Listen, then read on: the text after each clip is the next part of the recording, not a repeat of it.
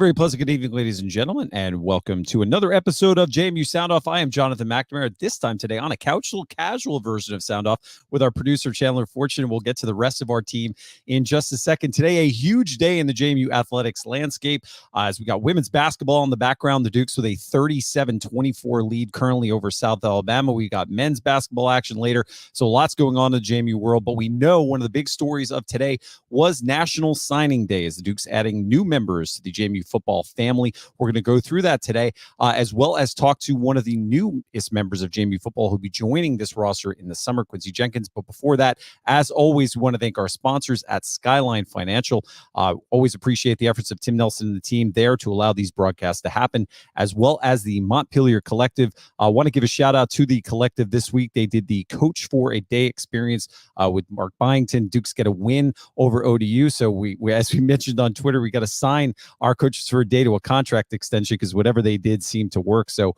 thank you to Coach Byington, the JMU men's basketball staff, and everyone at the Collective for making that experience possible. As always, if you want to learn more about the Montpelier Collective and what they do to support student athletes at JMU, you can visit montpeliercollective.com. And before we get to our first guest, we also did want to give a shout out the JMU Athletics Department naming the members of the 2024 Hall of Fame class to JMU. Some amazing names. Meredith Feltz from tennis will be joining the Hall of Fame. We have Betty Janes, who will also be coming in from women's basketball. Annie Lowry from soccer. We got Julie Martinez from field hockey and lacrosse. And then the big name, Greg Miller from baseball, for those in the past knowing his contributions to the baseball program. And then something I'm sure many of you are familiar with, the 2004 National Championship team and head coach Mickey Matthews will be enshrined as we go into the fall. A 20th anniversary of the 2004 National Championship. The team that started it all will get their recognition. So a great moment for JMU Athletics and the entire family. So congratulations to everyone named in the Hall of Fame of 2020. We'll be talking about this class as we go throughout the offseason, and obviously we'll be celebrating them as we go into the fall. So, and obviously a great event every year when we recognize some of those pillar members of the JMU athletics community for their contributions to the program. So congratulations again. And with that, we're going to bring in our co-hosts for tonight, Steve Brown, Michael Evangelista. Taylor, I think, is at a swim meet tonight. Correct me if I'm wrong. So wherever you are, Taylor, I'm sure you're listening. Guys, big week again for JMU Athletics. Your thoughts on the Hall of Fame class before we get to our first guests? Some big names in that that have made their mark on JMU Athletics over the years. And, of course, obviously led by Mickey Matthews in the 2004 team. Steve, your perspective on this class. I'm very pleased that we're recognizing this team in the 20th anniversary of the championship. The timing is correct. The timing's wonderful, and I'm really happy for every member of the team, and really happy for Coach Matthews as well. So very pleased that we're recording on a Wednesday night for National Signing Day, and it's a huge day. We got two basketball games on at the same time, and us talking. So if you got two devices, put something on your TV, watch something on your phone, and listen to us. You can watch us too if you want. It's a night for multitasking. Michael, any thoughts on that 2004 team? I know we've had a chance to interview some of the members of that team and hear some of their stories, as well as guys like Kurt Dudley and Mike Schickman, who played such an integral role in calling that 2004 team. To see them get a chance to go in, and Mickey, one of the if there was a Mount Rushmore of JMU athletics, you have to think Mickey Matthews is going to be on it. And you have to think his Hall of Fame speech will be must-see TV for sure for anybody who gets to watch the stream or anybody who's in the audience. Yeah. I was gonna say, before going into that, happy Wednesday. This is kind of cool. Like, maybe we should do Sunday. It's not our usual slot. Right? Like, kind of fresh, like freshen it up a little bit. This is nice. No, super excited, man. Like, I think, like, I came to JMU 2008. So 4 years removed from that amazing championship run. And when people talk about like the pillars, the events that really brought what we see today, they think about that national title run. Also, the last FCS champion to go on winning a national championship while not playing playing all the playoff games on the road, right? Like, everyone. So road warriors for sure. So really excited to see them get their recognition, and I'm sure that's going to be a roaring crowd once we have them on Bridgeforth. Yeah, I can only imagine how many Mickey-isms will be squeezed into one speech, not to mention all the activities will happen around it. It'll be definitely a fun weekend in Harrisonburg. But with that, we are going to transition to what we know a lot of people are coming on tonight's broadcast to talk about, and that is National Signing Day. So we're going to go through this broadcast. We're going to go through the names that were added for JMU football. Also encourage everyone to check out JMU Sports social media feeds. They had a great conversation with Coach Chesney today where he addressed his thoughts on this recruiting class. But as always, here on Sound Off, one of our goals is to highlight the personalities and the faces that make up this program. And we thought, what better way than to kick off a National Signing Day conversation than to bring on one of the recruits who will be joining the 2024 JMU football team. And he has a unique perspective because he actually played against JMU during his time at Campbell, and that is Quincy Jenkins. Quincy, I know you're still on campus at Campbell. Correct me if I'm wrong, finishing your studies there, but you'll be joining the Dukes as we head into the summer. First of all, Quincy, just introduce yourself to our audience, and then we'll get into some of what it was like during your recruitment process coming here to JMU. Quincy Jenkins, I'm a senior. This will be my last year coming up. Transfer guy from Campbell, and working on my master's right now, still on campus at Campbell. Awesome. So Quincy, my first question for you, take us back to a couple of years ago when you had the opportunity to suit up against JMU as a member of the Campbell Camels. I was actually calling that game as a part of the Campbell broadcast team. It was a homecoming game for JMU, and I will tell, from my perspective as a broadcaster on that game, was really impressed with your offensive unit and how you guys performed on that day. But just take us back to that game and what your perspective was as a visiting member coming into Harrisonburg and Bridgeport Stadium. Maybe your thoughts on JMU's program, thoughts on the atmosphere. Just take us back to that afternoon in Harrisonburg. It was a unique experience because that was my true freshman year. They were still FCS, so it was definitely an FBS vibe that we got from their stadium and their fans. I think it was really cool how they threw the streamers and stuff. So that caught my eye, and I just enjoyed playing there. It was a fun game.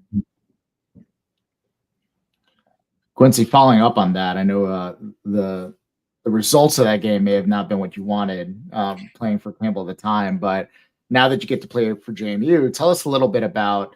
I know you entered the portal, I believe, in January, maybe late December. Like, walk us through a little bit about your recruiting process. Like, maybe other programs that wanted your services. Like, what was it that drew you to JMU? Really, what drew me was just how it felt like a family, and it just felt like the right fit. Early in the recruiting process, I had a few offers, 2 FBS schools and a couple other FCS, but JMU just seemed like the right fit once I went on my visit. So that's why I committed so early to go ahead and lock in a spot, I would say, with this team and do something special. That's awesome.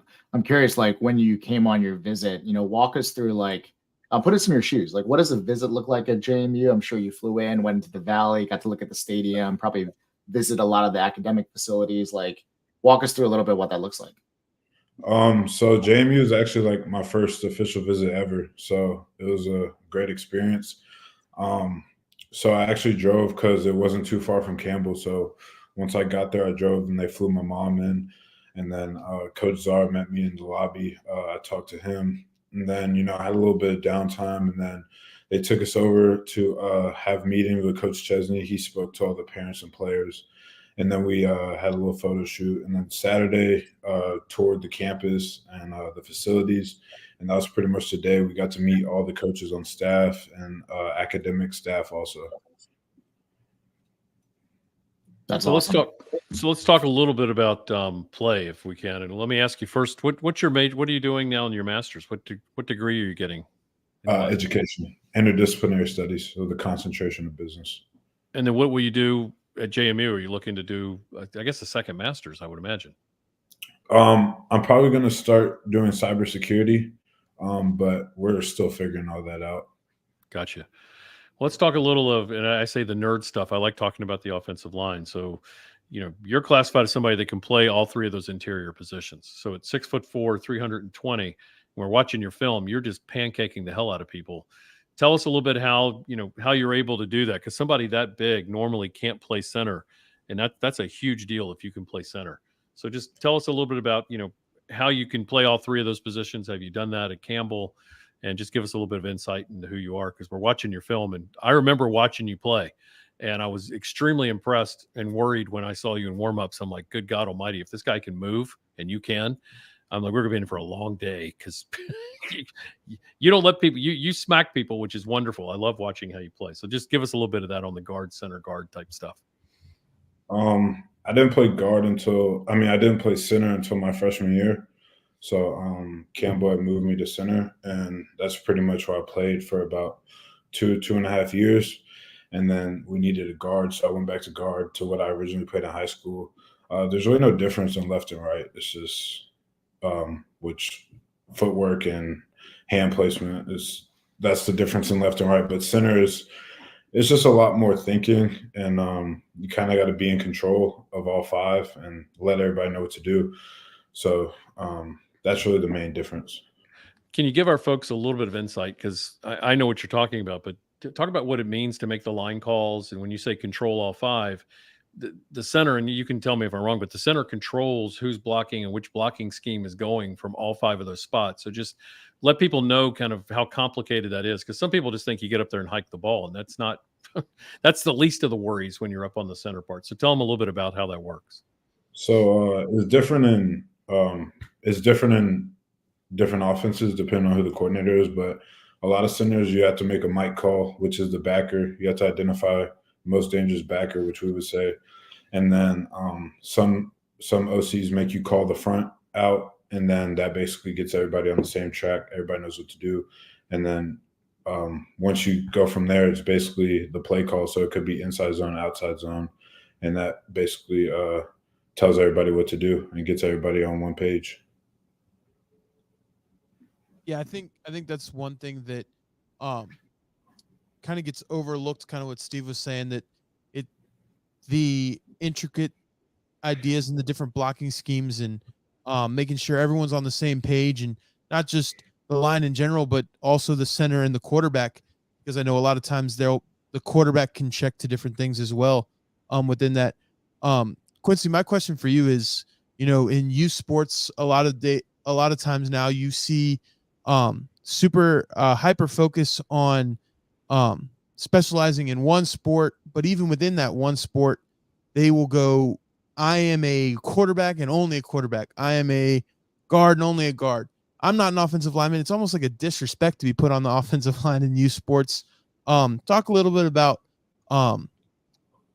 playing multiple positions in youth sports and how that can be valuable as you've grown up and gotten to where you are now. So I think it just makes you more marketable. Like I said, I didn't start playing center until I got to college, but I did play a little bit of D-line in high school, and it just adds to what coaches can basically recruit you on. So if you play D-line or O-line, I mean, you should be playing both, honestly, in high school. So that'll get you more looks and more opportunities.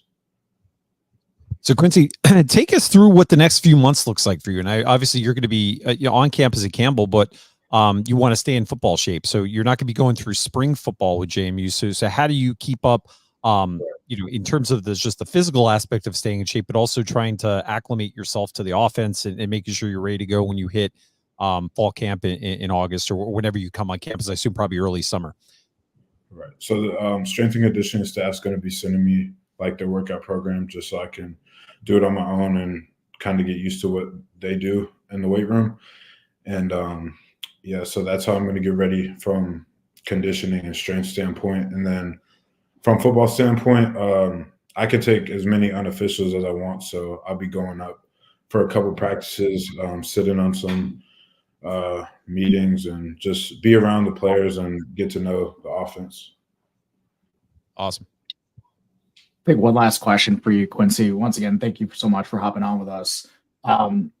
If you've looked at sort of the history of James Madison, particularly in the last decade, like offensive line play, being able to run the football, protect the quarterback has been a huge part of the DNA of our ability to win championships, be able to win down the road.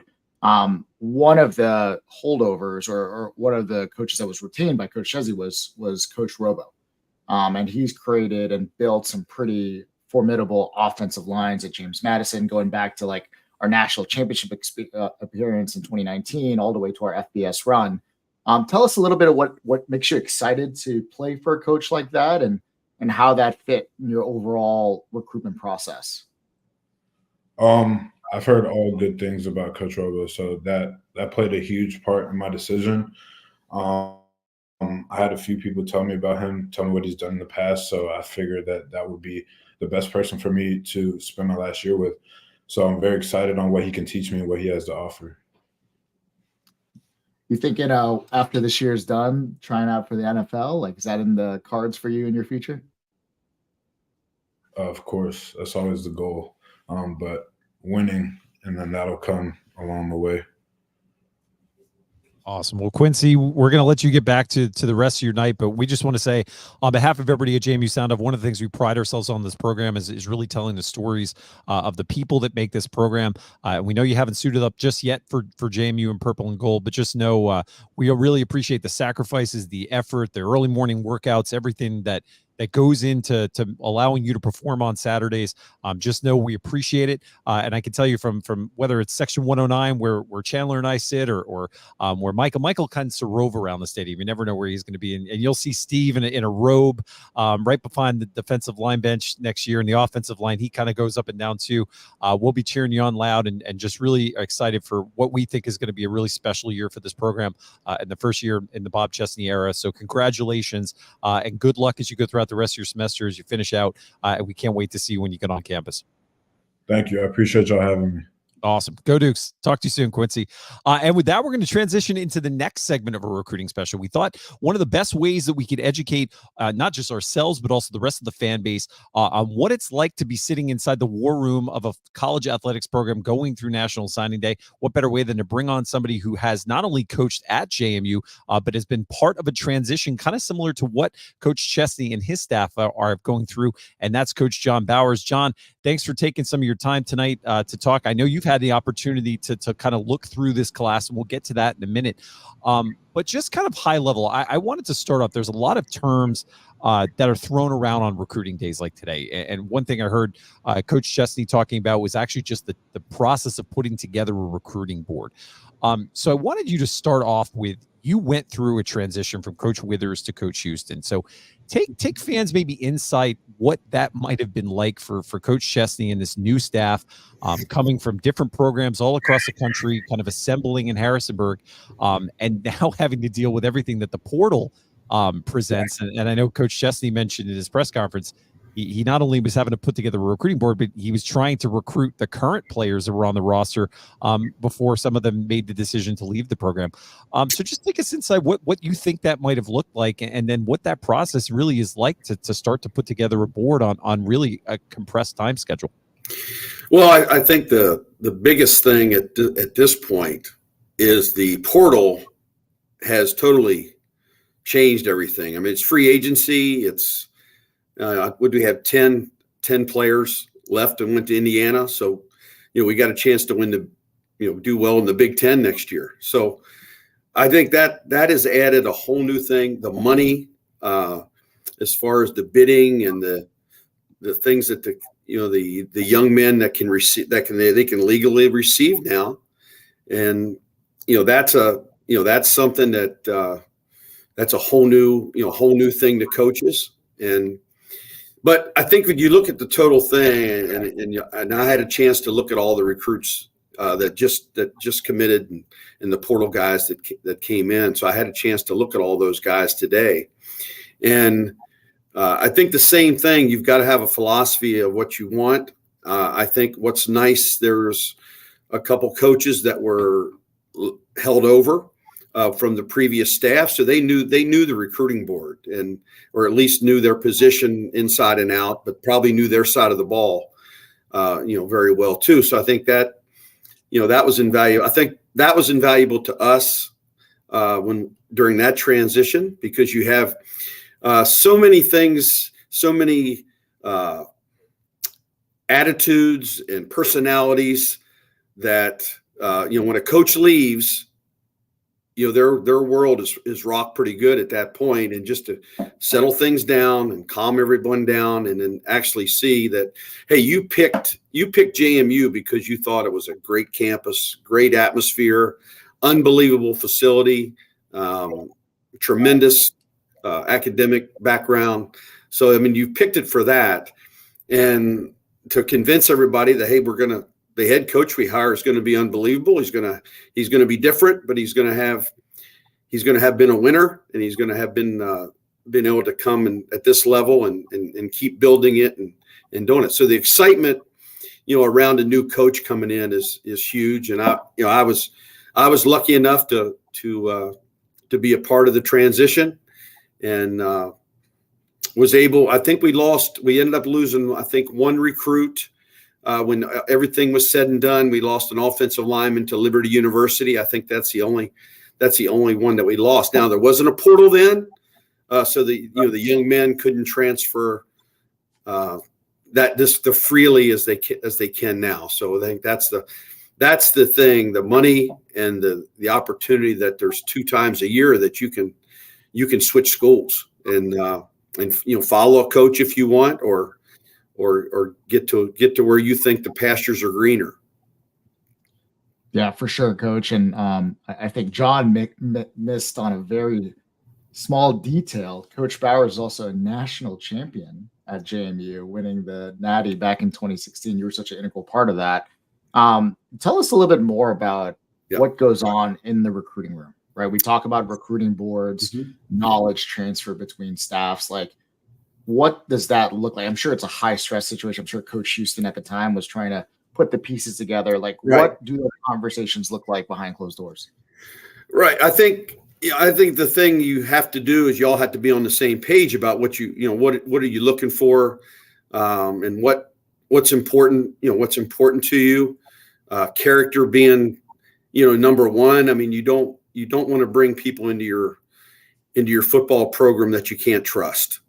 And that's probably the biggest and the hardest job for someone recruiting, is to find out, I mean, is this person, am I going to be able to trust them when they're not on the football field? When they're on campus, are they going to treat people the right way? Are they going to go to class?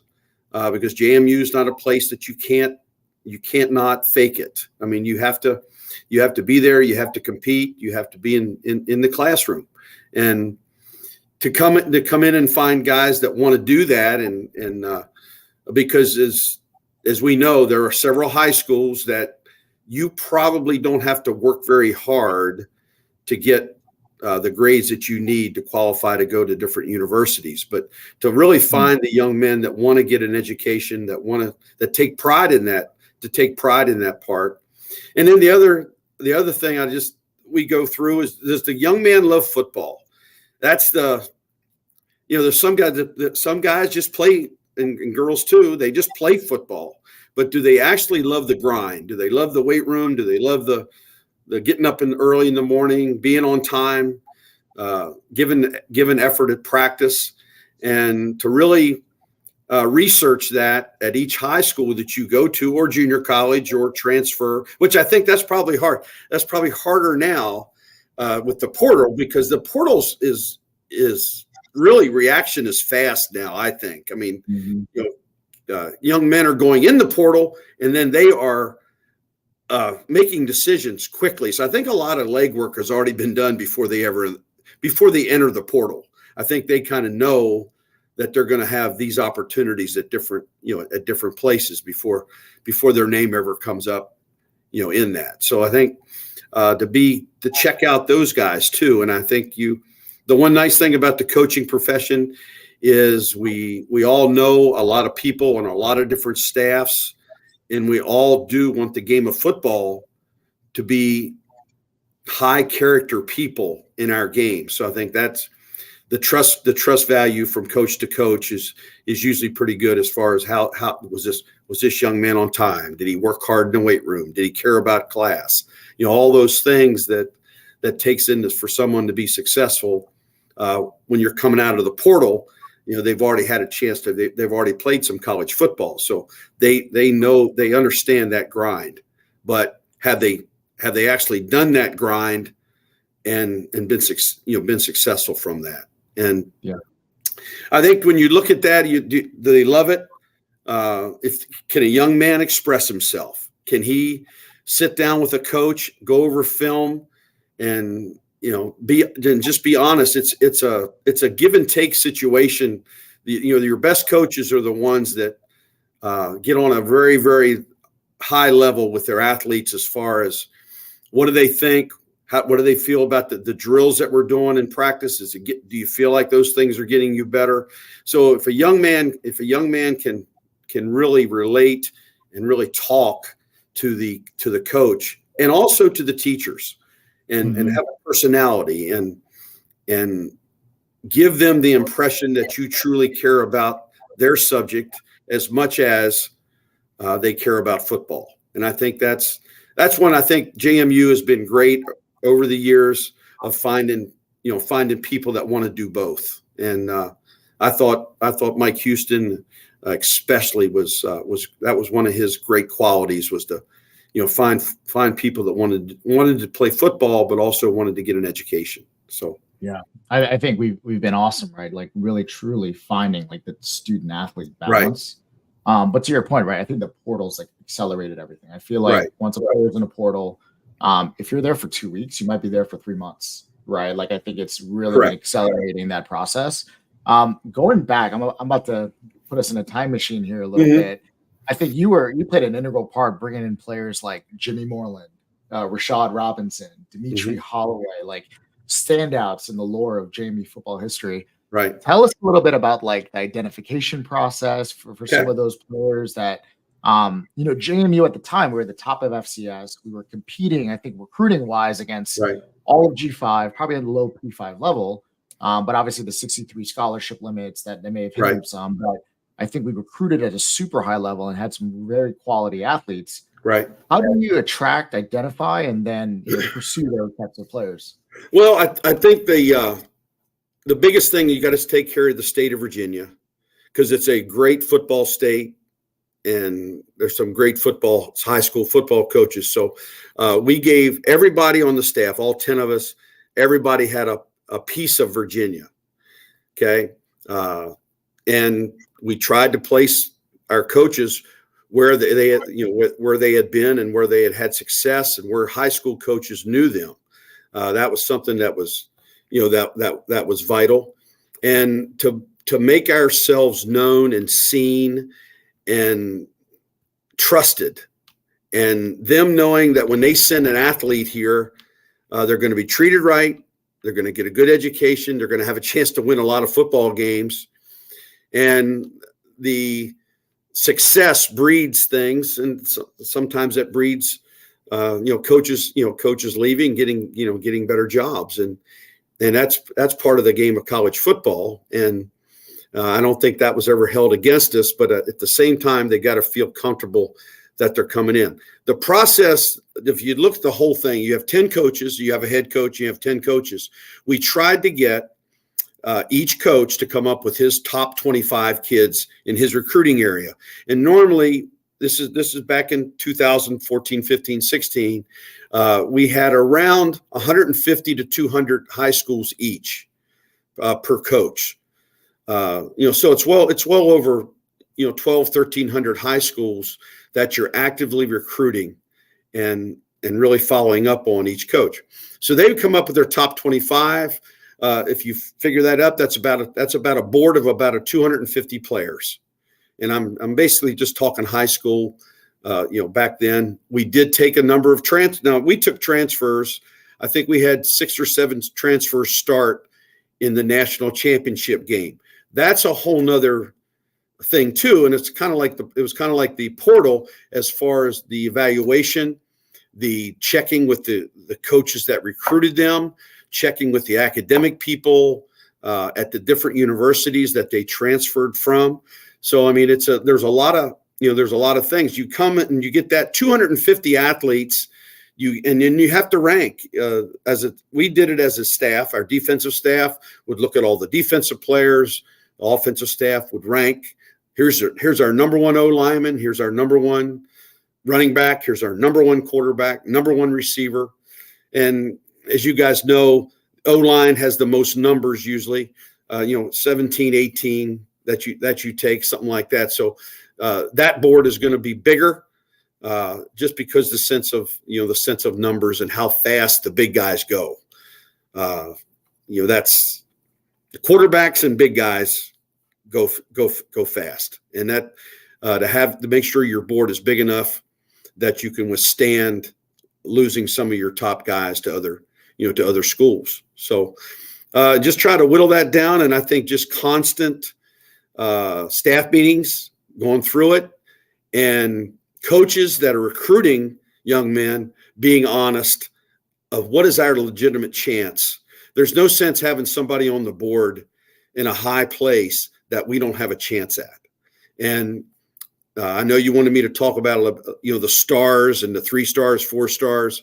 As college coaches, we really could care less. I know at the end of the day, when they rank recruiting lists, they go off those stars, unless there's somebody that's really sharp that sits down and evaluates and ranks and looks at all the conference signees. But you look at what we feel is the best guy, most athletic guy, cares the most, and there's a lot that goes in. There's a lot that goes into that whole process.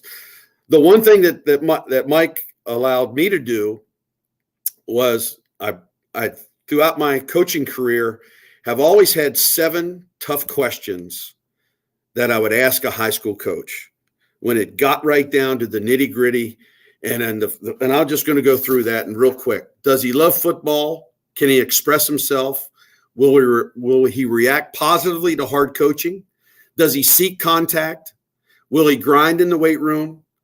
Leadership, if he's a captain, or if he's not a captain, why is he not a captain? And the head coaches or one of the assistants would have to tell you what. And then the last one, and really this is an Urban Meyer one, how much juice does the guy have? Is he that goes along with loving football, but the juice part, what's he going to bring? Is he going to be a vampire as far as the energy level, or is he going to provide energy?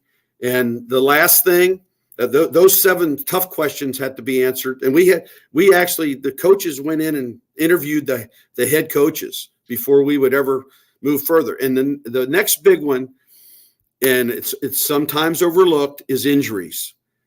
I mean, being thorough and documenting year when an injury occurred, particularly concussions.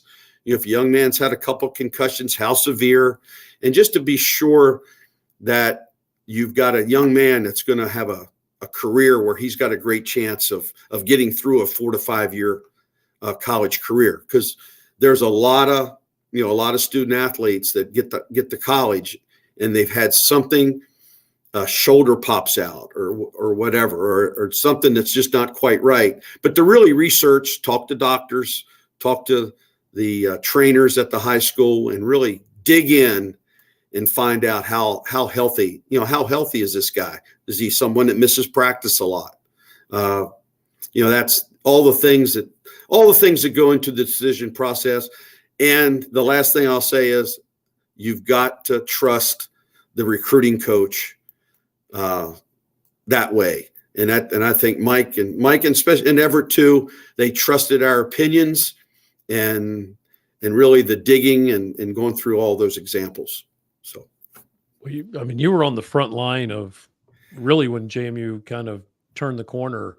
The way I look at 2014 is kind of when we started our ascension to FBS. Right. Because the teams you guys had, the way I look at those teams, those were G5 teams starting in 2014. Because the way you guys recruited is you started recruiting those types of players. Those are the players that started to come to JMU. So in my view, we've been playing almost FBS football for 9 years at the FCS level for, 7 of those years. But, that's a credit to you guys. Well, show us your national championship ring. I know you got it on. Oh, did you freeze? I think you may have frozen on us. Well, it looks like John froze on us. I don't know if he can still hear us.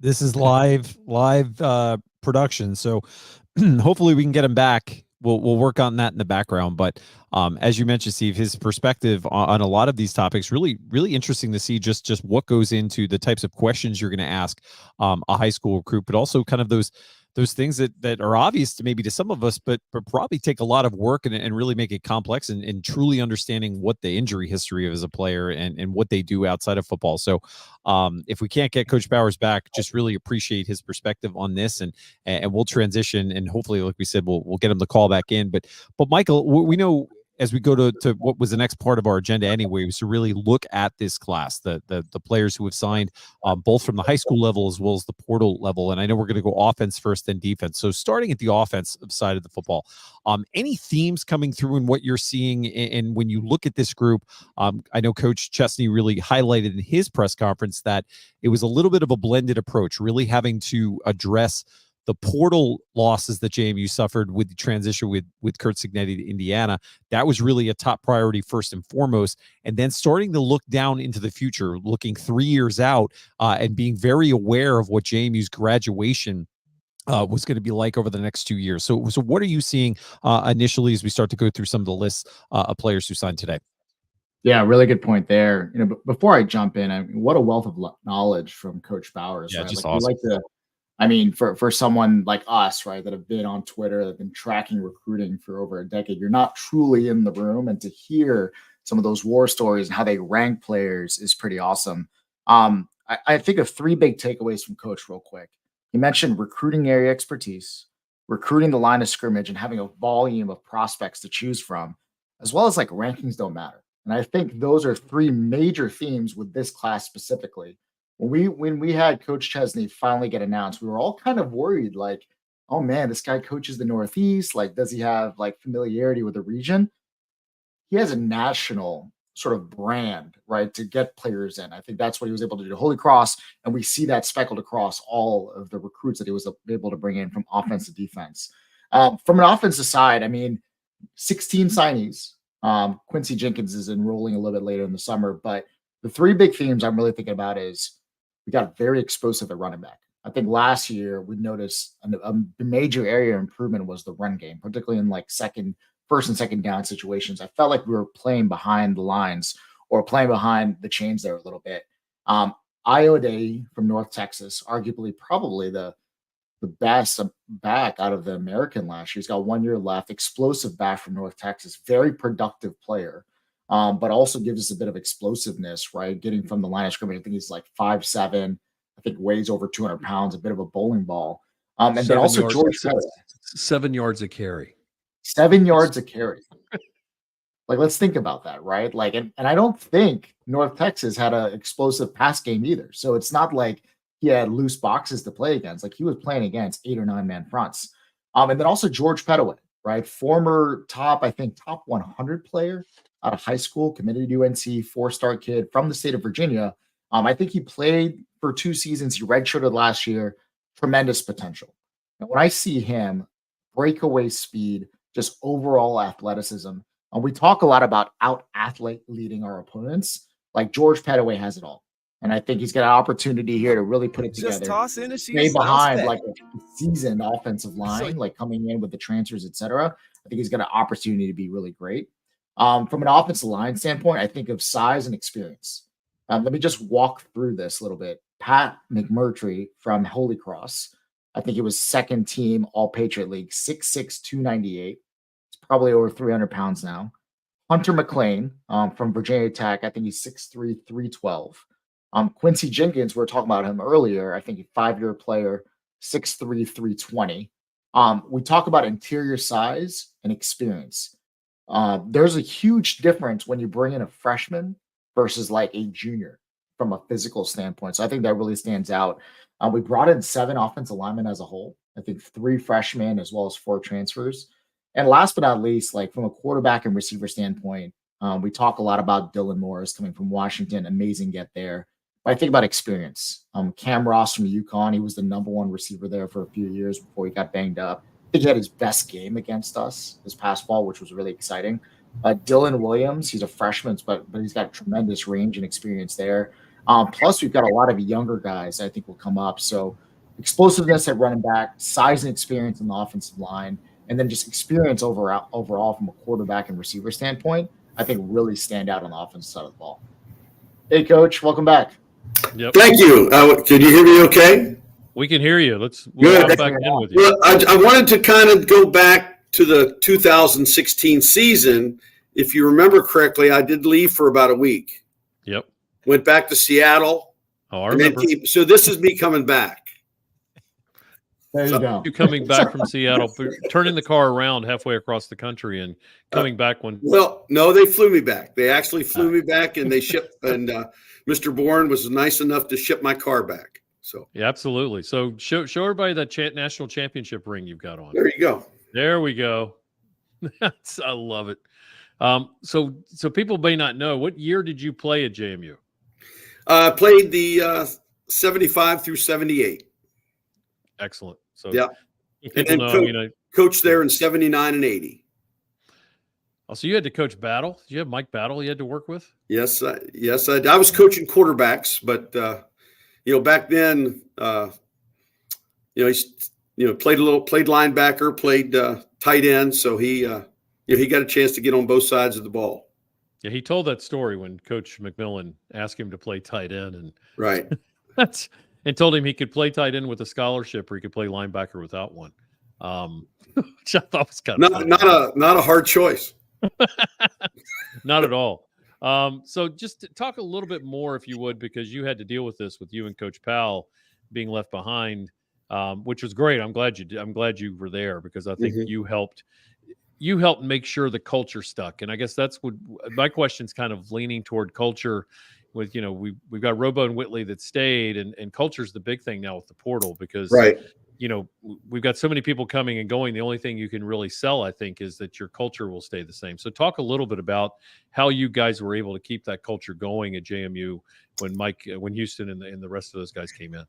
Yeah, well, I think number one, we had a good group of guys that was really ready to come all get good at the same time. So I think, and then Mike enhanced that, by bringing in a really good class and keeping that class intact.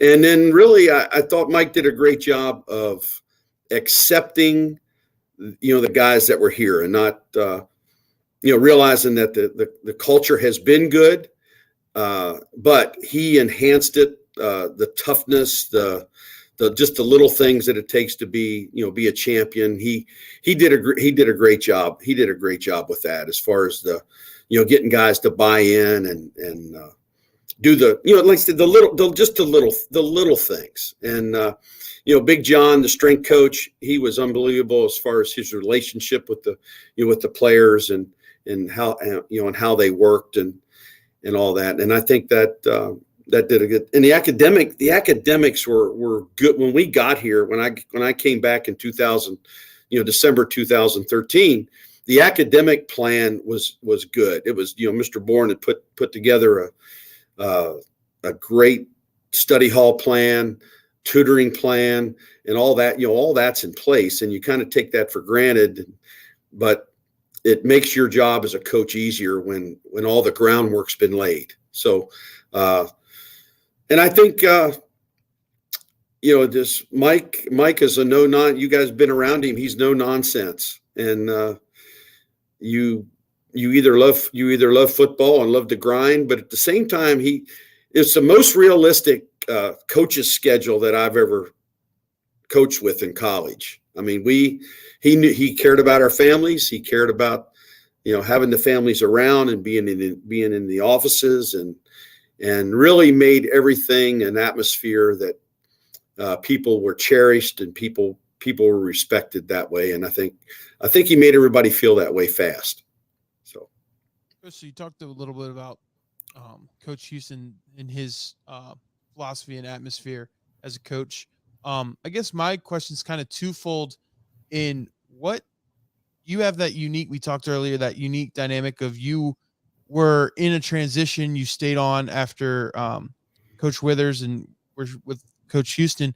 Talk a little bit about like what the difference is in what those two coaches looked for in a player, if that was true, and how you recruited, and then also you've looked at this recruiting class from Chesney. You said you looked at that today. Right. Any type of theme in what he may be looking for in the type of recruit? Well, just off the top, just watching all those guys today, the offensive line signees are tough dudes. That's the one thing that sticks out in my mind. They will all hit you. They're physical. They're strong hand guys. They're gonna really be a difference. And the other thing, I think the two quarterbacks coming in. I mean, those guys look dynamic. And the young man from Florida, Miami Central, that program. I don't know if you guys know much about that, but that is a hard program to be the starting quarterback. I mean, there's probably 5 or 6 guys that he's already beaten out to get to that point. So I think O-line looks extremely strong. That was the most impressive group that I saw signee wise. And the two quarterbacks, the running backs, the transfer guys, they look excellent too. So, if you look at what makes Mike Houston a good football coach, it's his ability to get you to do things in a fast-paced way that you may not do on your own, and to get you to really coach and to play at a tremendous level. But at the same time, he never makes you feel like it. He never made you feel like he didn't care about you. And I think everybody on our football team and staff would say that. And I think he accepted the work had been done, but he realized that there was something missing. And the big thing missing was really the defense. that's the area that we were not very good in, coming through the 2015 season. So he, Coach Trott came in and set a whole new way to do things and how he coached it and how we approached it. So that was a tremendous factor. So, Coach Bowers, I have 2 questions for you. The first is, as I'm always wondering as a fan, and now with Twitter, you're following guys posting their graphic, and it said this is my final 3, and I'll be making an announcement at 10 a.m. in the cafeteria at Monacan High School or whatever. Any stories just from you? Let's assume you were back on this staff and it was last night at 11:59, and you're probably going back and forth texting people. Any maybe heartbreak moments where you thought you had a kid and then signing day turns and man, he signed somewhere else, or the other end of the spectrum where maybe you didn't think you had a guy, and then it turns out he winds up sending in that email or that fax. Just take us inside what that room's like, maybe in the last 12 hours of the recruiting process, because I can imagine it's pretty crazy. Right. Well, I think the biggest thing, you know exactly when the young men are going to be signing, so that that's on the board. Johnny Smith is signing at 9:30 in the cafeteria at school, and you've got all that. I think 7 a.m. is where most of the kids sign. We would try to get most of the kids to go ahead and sign at 7, and then fax that in, and then when they do their other signing, it's a piece of paper. It may not be the scholarship, but have all that done. And now it doesn't always happen. Some kids do want to have the actual signing right then, and you respect that. You don't want to take away from their moment of their chance to be in the sun and their moment of glory, and that's just be aware of that. But I think when someone's late signing, there's always a head coach that's wanting to know what's going on. Get him on the phone. Why haven't we got that Why haven't we got that fax and all that? But we really didn't have any stories. Because what Mike did, Mike went out and saw. I believe we had 23 commitments. I think is 23 or 24. Mike went his first week here. He went to see all those. He got into all those homes and got to see all those young men just to solidify everything. So that was, that was great on his part to do that. We had a little bit of snow we had to deal with at times, but we made through it, and him and I and different coaches spent, we spent really the first week, that he was here, getting out and seeing, getting to see the families and get them to get to know him. And he's great in a home, great in front of parents. I mean, you want your son to be around a man like that. And I think looking at Coach Chesney, that looks like the same thing coming in. Yeah, you took the words out of my mouth. We had the opportunity to talk to one of the transfer linebackers from Holy Cross, Dobbs, and he really emphasized just how, the person side first. It's always is about you as a person, you as an individual, and the human side of sports with Coach Chesney. And I think that's something that's going to sell very well for JMU, and it's going to serve him well, and it has in the past, and I think it's going to only carry over here. My last question, because I think it's interesting now, because we're transitioning from recruiting to the next phase of the calendar. Mm-hmm. Every staff probably manages this time a little bit different, but what happens now between the start of signing day and as you work yourself into spring ball? I know obviously the strength and conditioning staff plays a major role in this, but something that Coach Chesney mentioned in his press conference is, a lot of his view of this team is kind of hypothetical. It's all about the past. It's seeing what guys have done on tape and the recruiting films, because a lot of the people who contributed to this roster last year are no longer here. So he's going to have to be very adaptive in game planning and things. And he was very candid in saying what he thinks he may look very different at the end of spring ball. And he was very direct in saying we may have some guys that we think can play, and we find out we can't. We may have to go out and go replace them.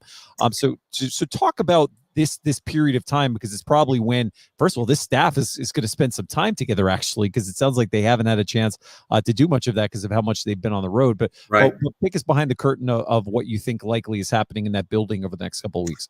Well, the nice thing is they've got I believe all three coordinators have been with the head coach, right? That plan is pretty set, and really looking at what they did last year, what worked, what didn't work, what do they have, and then the morning workouts. The morning workouts will start here, real soon, where the staff actually can work with their guys.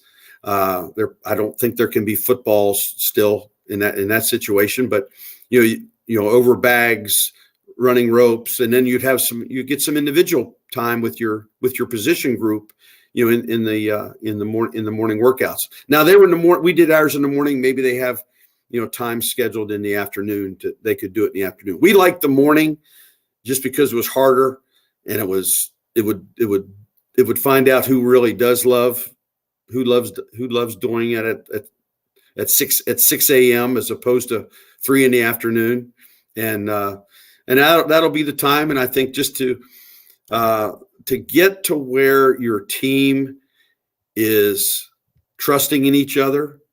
And as I look at the portal and the friends of mine that I talk to that are coaching at other places, the portal has taken away from the team aspect of football. It's really, what can I get? How much can I get? Is the backup left guard making more than the starter is making? And because the kids, the young men talk. I mean, they know how much. And I realize JMU's on the just the beginnings of the getting the NLI and getting all that situated. But to really get your team to come together now, I think is so much harder than it was back, 7-8 years ago, or 2 or 3 years ago. So all the more reason a kind of a people first coach, first coach probably has an advantage in that, because the ability to really develop those personal relationships. And I think one thing that I really liked in Coach Chesney's remarks today is he said that was a big part of his strategy in bringing some of these players from Holy Cross. And he said the benefit is not only what they bring to the field, but their ability to validate what he's saying when he's not in the room, so that when he's no longer in the room and maybe a player in their position group could say, well, Coach Chesney said this, and this. Is that true? And you'd be like, yeah, that's actually how we did it at the Holy Cross. So I thought that was really a key piece to this puzzle, is bringing some guys along to help navigate and again build that culture quickly. So, Coach Bowers, we just want to say thank you for your contributions. I always make the mark of a good guest on a podcast is, did I learn something? And I can tell you I learned a lot tonight, and I guarantee a lot of people in our audience did. Your insight is something that we're going to turn to, I think, as we go through not only the remainder of this calendar year, but as we go into the fall, because there's no substitute for knowledge of what you're seeing from a coach's perspective. And just know it's greatly appreciated. And thank you for your contributions to the program. I can tell you that 2016 season was quite fun for all of us and made us memories that we're never going to forget. And that's because of you and your colleagues who sacrificed so much. So thanks for popping on a second time tonight. And we appreciate it. And go Dukes. And we look forward to future conversations.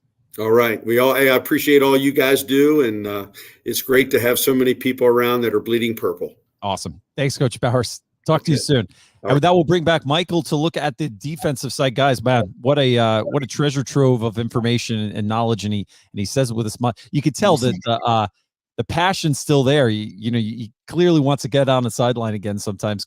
Maybe coach us in the podcast game or something like that, because he's I was going to say we should have him on more often. Maybe he doesn't know that he may still be listening, but he may have a contract offer coming from us to be a regular contributor with what he brings to it. So, Michael, we talked a lot about the offense. Now, transitioning to the defensive side, the JMU's defense has really been the kind of the cornerstone of this program. What has set JMU teams apart from their peers in the past has been what we've been able to do, particularly on the defensive line. That's an area that we obviously saw significant loss both to graduation and the transfer portal. What are you seeing so far from the defensive line in terms of the players that we're bringing into this program?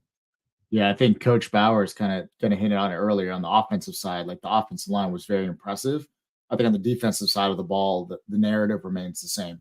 When you look at the offer list of players here, beating out programs like Colorado, Charlotte, Indiana, Mississippi, Missouri, Troy, UConn, App State, like, those are impressive programs that wanted these player services. But when you look at the defensive line, I think Coach Chesney may have talked about it today. You can't replace 4 terrific players in the production that came from there, particularly from Jalen Green, right? Like, that's a record-setting season. The guy's going to be doing it on Sundays. Yeah, exactly, right? Like, he's definitely going to play on Sundays. But what you do is you bring in older, experienced players that have done it before, that have that experience, that have been in a college program, and have that translate to the field. So when you look at the signees, we have 8 defensive linemen that came in. 3 of them from high school. 2 of them, I think, signed today, and Sahir West and Trayvon Adams. But then you bring in DJ Cotton, who was a walk-on at West Virginia, Terry Lockett, who was a significant contributor at Syracuse, Eric O'Neill from Long Island University. I think he was the NEC Defensive Player of the Year. He led the league in sacks 2 years in a row. Young player, by the way. I think he's got 2 or 3 years left. And then a Lloyd Summerall, who I think is going to be the wild card of the bunch, former 5-star recruit from the University of Florida, transferred to USF. He's got 1 year left. 6'5". I think he's up to 245, 250 right now at JMU. That's a player where it's like, we're going to need to see him flourish, right, at JMU, and he's got 1 year left to do it. But that's how you sort of rebuild that line of scrimmage. It's not trying to find 2 to 3 Jalen Greens, but finding folks that have done it before and have been there in a college system. So I love that we've really focused on line of scrimmage, right? When you look all the way back to 2014, 2015, actually, maybe not 2014 and 15, 2016, right, on the defensive side of the ball. That's where we've won. That's where we've dominated. And I think that narrative remains the same going forward for sure. So then I was going to ask you, Steve, I know you focus a lot on the line. That's where I know you watch when you're in Bridgeforth or on the road. You know, when we talk offline, you know, one of the areas you were looking to see is how would we replace the contributions we lost in the portal into graduation? What are you seeing and what's your perspective on how this unit is just going to reload going into 2024? Well, for the fans out there, if you watch Summerall, he's got DACA speed at 6'5". So that's the way you can compare him. DACA wasn't 6'5", and this guy's got a wingspan that's unbelievable. So on the D line, I agree with Michael. We've got, you know, with Terry Lockett as well. Reminds me a lot of Jalen Green. A little bit bigger, but reminds me a lot of Jalen. I mean, we're not. At the end of the day, the way that we're putting the pieces together, it's like putting your chessboard together. It's interesting to watch what he's doing and how he's putting these guys together. Same thing on the O-line. I don't know if we're ready to do the O-line, so I don't want to jump too far. But on the D line, I'll stay on D line. The D line, we've got good guys back in the in that room. So there's guys in that room that are going to produce next year for us, that produce this year for us. So with these guys coming in, I'm never going to say we're going to have the line we had last year. I don't see much of a fall off though. I really don't. So I think you'll be pleasantly surprised, JMU fans, watching these guys and the talent they have and who they are on the field. So I'm very happy with the way that we've reloaded. So, Michael, another key part of this defense is going to be the linebackers in secondary. Losing a lot in the linebacker room again, but bringing in, obviously, Dobbs is somebody we've mentioned. Any themes that you're seeing through those two groups? Obviously, one of the big storylines is being able to return D'Angelo Pons and Chauncey Logan to the secondary. So those are two players who keeping them on this roster really is invaluable. But some graduations in the safety room is another area where we're going to have to find new contributors to really bolster this defense. What are you seeing in those two position areas? Yeah, I think you hit on the head. I mean, Jacob Dobbs, like, what more can we say, right? I think he's walked the walk. He's talked to the talk. Like, he knows Chesney's scheme. He knows how he operates. He knows what's expected. What better player to have at middle linebacker, right? And on that, really, we should probably mention we met him during the basketball game on Saturday. I have no idea how impressive he's going to be on the field. I have a feeling he's going to be, but man, is he a 5-star individual. And I don't know if I've met personally anybody that loves JMU as much as he did. And he's been here for a couple of weeks. So he was pretty impressed with what he's seen so far from the campus and everything else that he's encountered as a part of the program. 100%. And you look at the type of folks that we recruit, right? Like, I think a program like JMU recruits speed over size all day. 5'11" to 6'1", 220 pounders, sideline to sideline linebackers. In addition to Dobbs, who brought on Ray Scott, who came from Fresno State. He was initially a Trojan at USC. Similar mold. I think a bit thicker. He's very explosive, bigger linebacker. But when you look at Anthony Walker from North Carolina, Manny Zagru from the 757, and then Trayshawn Dye from New Jersey, who was sort of like I know we announced it on the sound off a couple of weeks ago, but he was sort of the surprise signee today. 6'1", 210. Once again, fast, athletic, twitchy, sideline to sideline. Sounds like a lot of linebackers we've had in the past. He fits the bill. So I think Chesney, right? Like, I think they run a bit of that 4-2-5, got that nickel back in there, just like past defenses. But you're looking at very athletic, quick linebackers that are fast to the ball. So really excited to see. Honestly, on defense, when you think about dudes, you've got guys that had offers from like Penn State, Virginia Tech, Arizona, all over the country. I'm really excited about that side of the ball. On the defensive back, and you mentioned that question earlier, when I was thinking about this last year, we had a lot of experience, I believe, at safety. And not calling anyone out, I'm just speaking generally. But I felt like that was an area where we definitely was exposed a little bit from like an FBS, like speed, size, athleticism, length standpoint. I think we fill that gap with this class. And obviously, a lot of them are freshmen. They're young. But when you look at guys like Tyler Brown, KJ Flo, TJ Hopper from, I think, Georgia, I think we're bringing in Terrence Spence from Holy Cross. I think he's going to be enrolling later. I didn't see that signee there. Milt Ferguson from 757. I think of long, rangy, explosive dudes and guys that can make plays and attack the ball. They're young. Probably a lot of them haven't hit 170 pounds yet, but they're probably really fast. And they've got that dog mentality, which is what we really need and like. So I love that we've up-leveled the athleticism on the back end there. Yeah, and that's something I was going to say, Steve, real quick. That's something Coach Cincinnati mentioned. Got to learn. Coach Chesney mentioned in his remarks today that was interesting. Is he made a couple points. Is that he really truly believes that we leveled up some positions through this class, and I think it's interesting that he seems to be somebody who's very careful with what he said, and for him to be able to say that in this, that he is confident that we have taken a step up in some areas, I think is something that all JMU fans should be excited. But then second, that he also wanted to make sure that fans understood that the class that you see now and the roster that you see now is still very, very much a fluid project, in that there's still another portal window that's going to open up, that he has to be prepared and his staff has to be prepared to adapt to any additional losses that this roster may have. But also, he said going in the spring ball, he is going to still be evaluating this roster to see maybe we think we have a player at one position, turns out that we don't. And then the other side of it works too. Maybe he thinks that there's a gap in the space, and then a new player emerges, or somebody who's been on this team in the past comes in and steps into those positions. So I think all fans of this program should be aware that there likely will be additional movement as we go over the coming months and into the summer, when there's still portal movement opportunities, both coming in and coming out. So, Steve, any thoughts that you had on anything Michael said?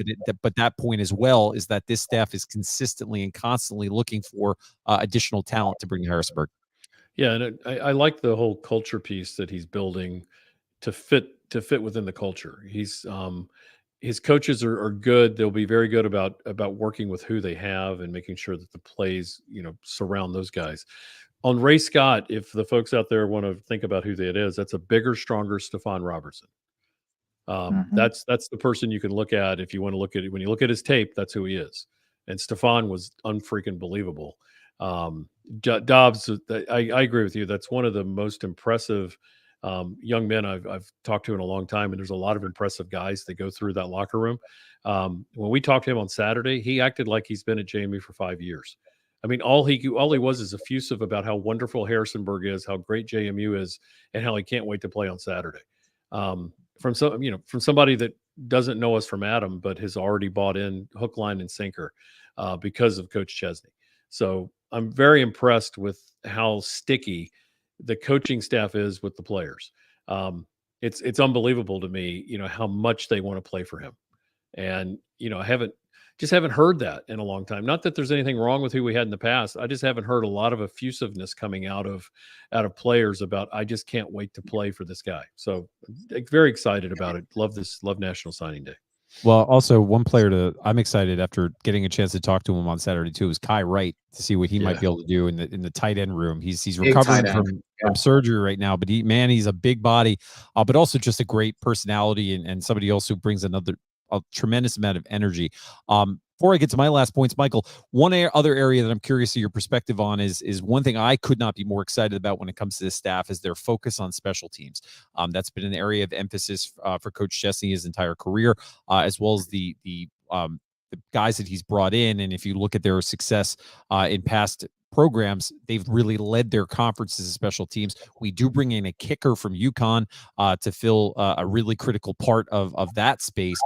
Anything you're seeing potential in the special teams game, I would be intrigued by not only the new guys coming in, but do we get Solomon Van Horst back potentially for this season to contribute on special teams? But also, there's a lot of speed coming in the running back room. You'd have to think that maybe one of those guys could potentially contribute in the special teams area of the game as well. Yeah, I think you hit it on the head, right? You got the kicker from UConn. I think he's got 2 years left. He's been in high pressure situations. We brought in a long snapper from Lane College, who I believe Lane College was on that Netflix show. I forgot the name off the top of my head. Yep. They highlighted that. Yeah, he's a solid long snapper, been there before, done that. But when I think of like special teams, and this goes back to prior JMU teams, look at the caliber of preferred walk-ons that Chesney has been able to get attracted to the program, right? Yeah, to mention that, to set you up for that, he was very clear in saying that there are a number of key contributors coming in that space that he wasn't allowed to talk about. So Coach 100%. Chesney is already 100% in line with you on that space. Yeah. You think about the preferred walk-ons. I also like play devil's advocate. It's the portal area. Like, how much are we redshirting nowadays? Like, if we have folks that have speed, athleticism, tenacity that answer some of those questions that Coach Bauer was talking about earlier. Imagine seeing a guy like, Trayshawn Day running down the field, or like Dylan Williams, or a Cam Ross. Well, actually not Cam Ross. He'll probably just play receiver, but like those type of athletes on kickoff return. I think that up levels who we have on the field right off the bat. Last but not least, like going back on the defensive line, we were on paper already thin last year. I thought like we had some injuries up front. But we had some spectacular performances. We're bringing on 5 defensive linemen that have been there before. We're returning 5 other players that have had experience last year, some younger guys, but Amar Thomas, Tyreek Tucker, Emmanuel Bush have played significant time. Add that in. What are we? 9, 10 deep at least, assuming that people contribute. There's going to be some attrition, right? Spring ball. I think we saw it last year too. maybe some of the guys that we're super high on don't make it through spring ball, and that's okay, right? That's where we are as a program. But I'm really excited about who we can rotate and filter through on the defensive line. Steve, I want to go to you. You mentioned the O-line earlier. I want to get your thoughts on that. I called them the slobber knockers of the group. Those are the guys. They're the heart and soul of the offense. Curious to hear, like, what are your thoughts on what you've seen so far on tape? I'm loving these guys. Watch Jenkins. I watched all their tape today, but watched Jenkins right before we had him on. Beast of a guy. But McMurtry, I mean, 6'8", 325 pounds. I can't remember when we've had a 6'8" guy on the line. But what I like about all these guys is they're mean and they're nasty. And they will go well with the guys we have, but they are going to play hard, play through the whistle and after the whistle. You can keep hitting guys for all I care. At the end of the day, you just keep mashing those coastal clowns into the carpet. As much as you want to hit them, hit them. And that's what's going to happen. I mean, Jesse Ramel from St. Francis, 6'5", 305. Hunter McLean, 6'5", 305. I mean, my God. Jacoby Campbell, the 6'4", 300. You're going to see us line up in so many multiple formations with 11 personnel, 12, 13. We're going to run 21 personnel.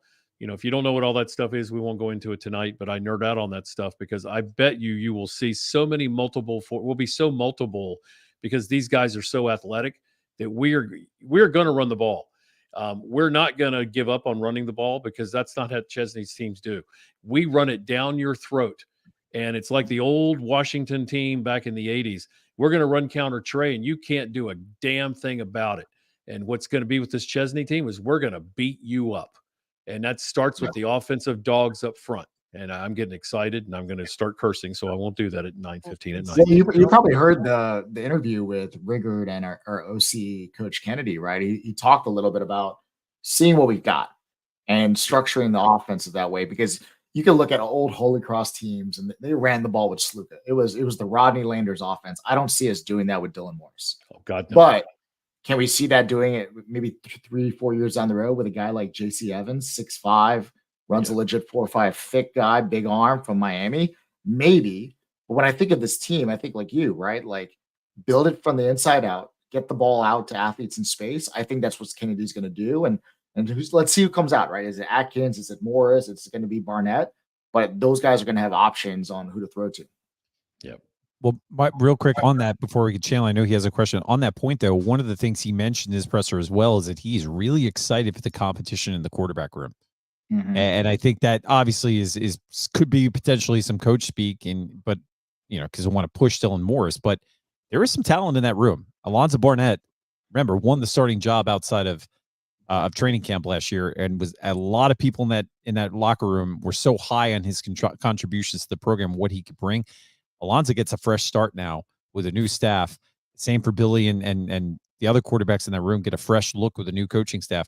I agree that there are a lot of potential for maybe some packages or things that we can see that highlight back to their Holy Cross days, because you're going to use the players that you have in those rooms, as you said, and give them an opportunity to contribute to this offense. And I think we haven't seen the last of some of those names that are in that group and what they're going to be able to do next year. Chandler, I know you had something you wanted to add, though. Well, yeah, just real quick to add one point to the offensive line that Steve was talking about. I think also, Steve, I think a word that comes to mind is versatile.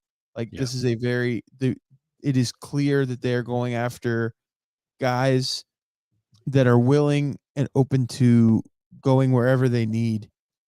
They need to, and different styles, whether it's running a gap scheme or more of zone, which is what I know a lot of areas are going to, more of those different schemes. So I think Swiss Army knife type guys that are open to doing a lot of different things, I think, is a clear focus that I've seen from Chesney. 100%. And that's Robo. If you've heard Robo talk about it before, even under our prior coach, they used to talk all the time about how everybody on the line can play every position. These guys that they're bringing in are already proven at those spots. They can play multiple spots on the line already. They don't have to be taught it, and that's gonna inure to our benefit unbelievably. So I love watching the fact that you can slot one of these guys in. It's what helped us last year with the injuries we had when Kidwell went down and Tyshawn White went down. You didn't see you didn't see a ton of production that went down. We still had trouble on the run blocking side of things, but we had trouble when Kidwell and Tyshawn White were in.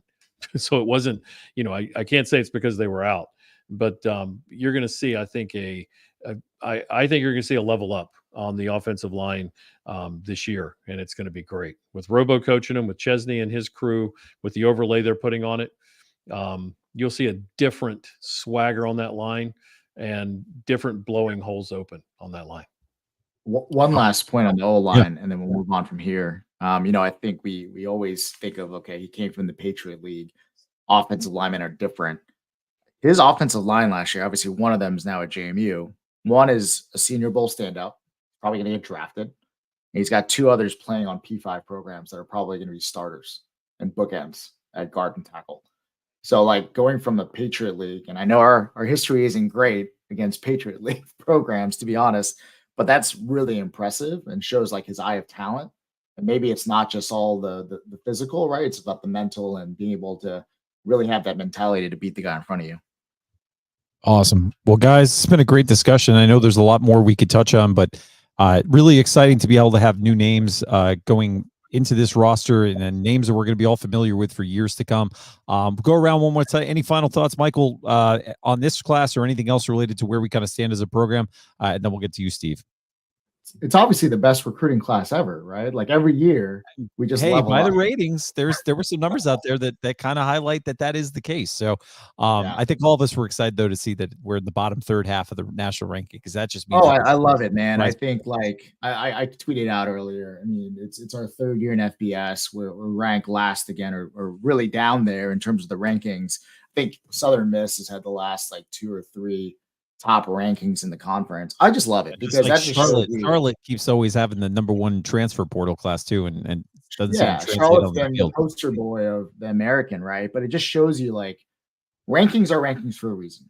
But I think the formula here is you look at players that are coveted by similar programs in the conference, similar programs that have the similar pedigree. Those players seem to always pan out for us. And it's not perfect. But when you look at a guy like a Evan Bouchon, a Dylan Williams, a Trayshawn Dye that I've been harping on a little bit, a Chase Regan, a KJ Flo, those guys are Sunbelt AAC players that many programs wanted to see them. I think that's where you gauge quality versus the guy that gets 1 or 2 SEC offers and suddenly is a 4-star kid, right? Like we've seen a lot of those guys go in and out of the program. So I'm really excited. I was obviously speaking facetiously around it being the best class ever, but certainly it probably is. Really excited to see where I think almost 40 players are coming into the program. I'll be there for spring ball on April 20th. I'm sure many of the listeners will be too. Yeah, I'm pumped to see them on the field. Teaser, there might be a live show that day. Yeah, stay tuned. Could be a live show that day, and the hope is that we pack that out. Right? I think the hope is that JMU is going to push that hard to get a bunch of people in the stands. I think seen the coaches. Some of the coaches already pushing it. They wanted an attendance record, so we're certainly going to do our part to try to push that as well. Yeah, I think we can. I think we can do it. The thing that excites me about this is why I love recruiting day is I know what the other teams in the Sun Belt are thinking. It's like, God, I was hoping they'd have a down year. You're not having a down year, jackasses. We're coming. We're coming again. This is year 3. We will win the East for a 3rd time, and we will host the championship in Bridgeforth Stadium. And that is on February 7th at 9:18. So get ready. And Coastal can't wait to smack the hell out of you in November or whenever we're going to play you. God, I'm not even sure they put you on the schedule anymore because it's so bad to watch. Hey, some folks with our friends at the Frary and Smith podcast think that they're going to finish above us, but that's such a sore spot for another. I love you guys. We go, Caden. That's right, Caden. You did such a good job picking last year, Caden Smith. Go ahead and keep picking. Caden would never just stir the pot. So we just, before the comments come in, we love those guys. They're really good friends. So, Chandler, your final thoughts. You have any? No. You're hungry. I know that. So, okay. All right. Well, we're heading to New York after this. So, my final thought is this: what I love about this class, and I think classes, and as we start to see the formulation of now the 2024-2025 cycle of recruiting is, remember, this program is now coming off of an absolutely unprecedented run of national exposure. the college game days, the week in and week out performances on linear program platforms of ESPN, but additionally going from Flow Sports to ESPN Plus. So the players in the high school universe around the country now, it is so much more easy for them to tune into JMU football. That probably directly connects to why Coach Chesney said he was so surprised by the recognition of JMU football, the brand in Georgia, in Texas, in Florida. More eyeballs are on this program than ever before. And once you get an insight into what JMU can do, you tend to fall in love with it. And as Coach Byington and other coaches associated with JMU have said, if you can get them on campus, they tend to wind up signing with JMU. And I think the more exposure this program continues to get, the better it's going to be for recruiting. And now we've got a whole spring sports schedule where I think some of our spring teams are going to surprise again. And that's going to bring even more eyeballs to James Madison University. And that's going to lead to good things all around and more athletes. And additionally, more students. We saw this week, I think it was 40,000 applicants to JMU for the first time. And that shows the front porch of the university in action. That's a big, big deal. And then my last thing, my favorite part of Coach Chesney's remarks today was that he was asked by Kurt Dudley during the question session if he wanted to go through the players. And he said, you know what, I want to make sure that I'm not going to do that right now because I don't want to leave anybody out, because every single person that signed today is significant and we feel great about that. Just, again, it's a small thing, but it shows that he is deliberate in his desire to make sure that everyone has an equal footing, and his approach to making sure that this character of this program and the culture that he's building is built through every aspect of how we interact. So that was just a point that I wanted to mention. So congratulations again. This is a big moment for every one of these individuals in their career. I hope they cherish it. I hope they got a chance to celebrate with family tonight. And as we always say, we'll be rooting you guys on. So Michael, Steve, thanks for spending Wednesday night with us. We'll be back on our normal slot. We're going to take off this Sunday because we've heard there's a little bit of a game that happens on Sunday. So enjoy the Super Bowl.